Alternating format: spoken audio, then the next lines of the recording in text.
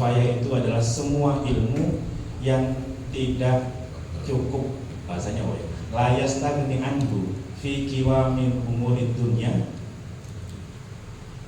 terselenggaranya perkara-perkara dunia itu harus ada itu.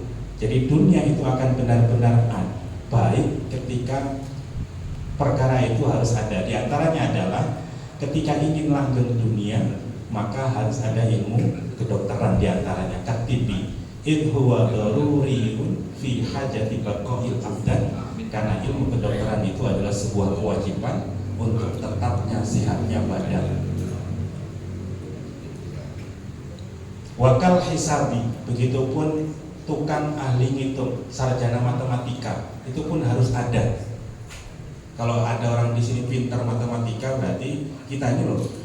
Nah, teringatlah tadi bahwa sebenarnya ilmu itu sangat banyak sekali. Saking banyaknya nggak usah dipelajari semua. Pelajarilah ilmu yang paling penting untuk diri kita. Ibarat saya, ilmu yang harus saya kuasai itu adalah ilmu fikih nikah. Selain itu saya nggak terlalu penting.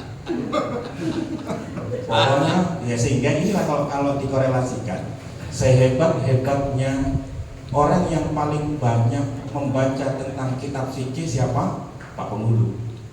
Regulasi saya baca, hukum nikah negara sana saya tahu, hukum fikih nikahnya di kitab kuning saya tahu. Nah, paling tidak yang harus saya kuasai apa? Sesuai dengan kondisi yang kita perlukan. Sehingga ketika orang tahu, tanyalah ke Pak Penghulu Cinta, itu paling tidak nalarnya. Nah, begitupun orang-orang tidak usah harus menguasai berbagai ilmu. Kira-kira ilmu apa sih yang paling mendukung? Jangan sampai kita dihabiskan waktu kita mendalami ilmu yang sedemikian banyak, lari ilmu yang sesungguhnya itu adalah ilmu yang mendekatkan diri kepada Allah Subhanahu wa taala. Itu paling tidak nalar-nalar yang dibangun oleh Al-Imam Ghazali. Terus sampai habis nanti Maya tinggal sudah selesai. Terus ada itu, fala yata'ajjabu min qawli man ibahsan minkum. Terus langsung tidak penting. Maksud saya, wa amal ulumu syar'iyyatu,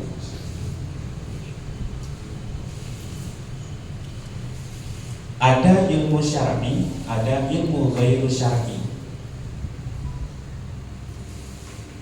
Wa hiya al-maqsudatu bil bayani fahiya mahmudatun kulluha walakin qad yatalabbasu biha ma yadhunnu annaha syar'iyyatun wa takunu madmumatun fatanqasimu ilal mahmudan wal mahmudati.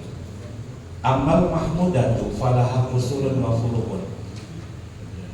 Di antaranya adalah ketika memahami ilmu syar'iyah tadi, ada beberapa pembagian-pembagian di situ. Di antaranya adalah, amal mahmudatu, ilmu yang terpuji, falaha usulun, maka harus memiliki usul, furu', muqaddimah, dan mutammimah.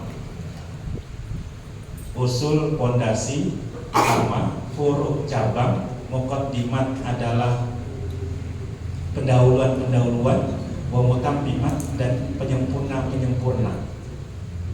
Kalau bahasa lainnya primer, sekunder, tersier, itulah bahasanya kurang lebih. Nah, diantaranya ada 4 pembagian yang dijelaskan. Yang pertama adalah al-usul, pondasi yang harus ada, yang dipelajari itu adalah mempelajari kitabullahi wa sunnati rasulillah wa ijma'ul ummah wa atharus sahabat, yang sesuai sepakat 5 pondasi sumber ilmu yang kita sepakati dalam Quran, Sunnah, ijma', kias. Di antaranya kalau tambahan itu ada atharus sahabat. Kemudian yang kedua, ad-darbus tsani, al-furu', yaitu jenis yang kedua itu adalah namanya furu' atau cabang. Wa huwa ma fuhima min hadil usuli la bimujabi atau bimujibi amin la bimujibi al-fadhiha bal bima'anin tunabbihu laha al-muqula fattasa'a bisababiha al-fahmu hatta fuhima minal lafdil malfudhi bihi sapa wairuhu kama fuhima min qaulihi alaihi salam la yaqti al-qadi wa huwa ghadban. Seorang juru hakim itu tidak boleh memutuskan kualitas hukumnya atau memvonis hukuman dalam keadaan marah, sehingga yang dimaknai jangan cuma teksnya saja, tapi apa sih sesungguhnya di balik teks tadi. Sehingga dicontohkan tadi annahu la yaqti idza kana hakinan, itu bahasanya kebelet au jami'an. Jadi walaupun teksnya itu khutbah, maka dia akan memiliki makna jangan sampai engkau menghukum atau menghakim dalam keadaan pas kebelet, jangan, kemudian pas lapar, jangan, walaupun teksnya itu adalah sedang marah. Au muta'alliman bimaradin, atau sedang sakit, maka jangan. Sehingga kita pernah dengar Sayyidina Ali itu ketika mau menghukum orang yang bersalah kemudian diludahi, atau pas perang atau apakah saya lupa, ketika itu mau membunuh, mau menyabetkan pedangnya diludahi karena ingin berperang, berarti karena Allah SWT sehingga berhak untuk membunuh. Tapi ketika sudah terpojok langsung ludah. Ibarat kita hari ini harusnya tambah semangat bunuhnya, set, gitu kan? Sayyidina Ali prakteknya enggak, karena saya sedang marah enggak jadi nyabet. Kenapa? Saya nyabetnya ini bukan karena Allah, tapi nyabetnya karena engkau sudah meludahi aku. Itu hebatnya. Kalau tidak seperti itu, saya kok teringat ini, saya KUA pas pengantin itu tidak hormat, tidak ngasih kopi, sudah nikah misalnya. Nah, inilah teringat sesungguhnya bahwa sebuah perbuatan kita itu bukan muncul dari diri kita yang melatar belakangi, tapi adalah Tuhan. Sehingga ilmu-ilmu inilah tadi yang harus dikuasai di awal, sehingga Al-Imam Ghazali itu meletakkan sedemikian bab-bab itu ilmu menjadi bab yang pertama. Dibaca dulu, jangan sampai belum paham mengamalkan. Atau bahasanya tadi,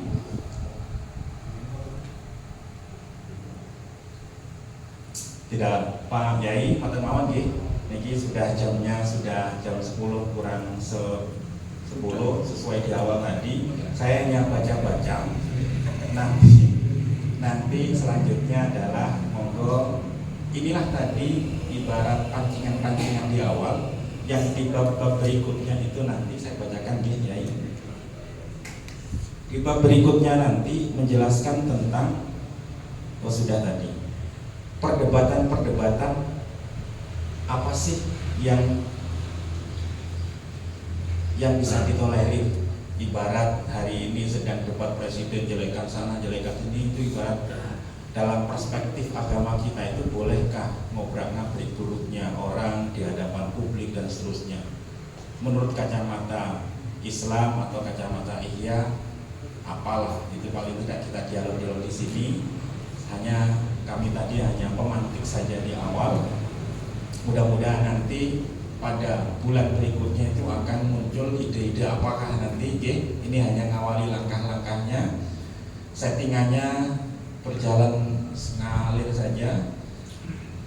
Noten Pak Yai, Pak Ustadz semuanya, matur sembah nuwun hadirnya, monggo kopinya diunjuk yang sudah ada kopinya. Kami kembalikan kepada Romo Yai Mukhlasin untuk sedikit atau menambahkan dan memancing kepada teman-teman asatid yang mungkin menambahkan terkait bacaan-bacaan yang sudah kita share itu yang belum tersampaikan, sehingga saling sharing ini belum tersampaikan, di situ nanti menyampaikan. Ketika sudah tampak alamat-alamat mengantuk dan membosankan, maka nanti kita akan segera selesaikan dan tutup dan pulangan. Atur suwun para asatid, kami sepenuhnya nyuwun tambahan masukan dan lain sebagainya.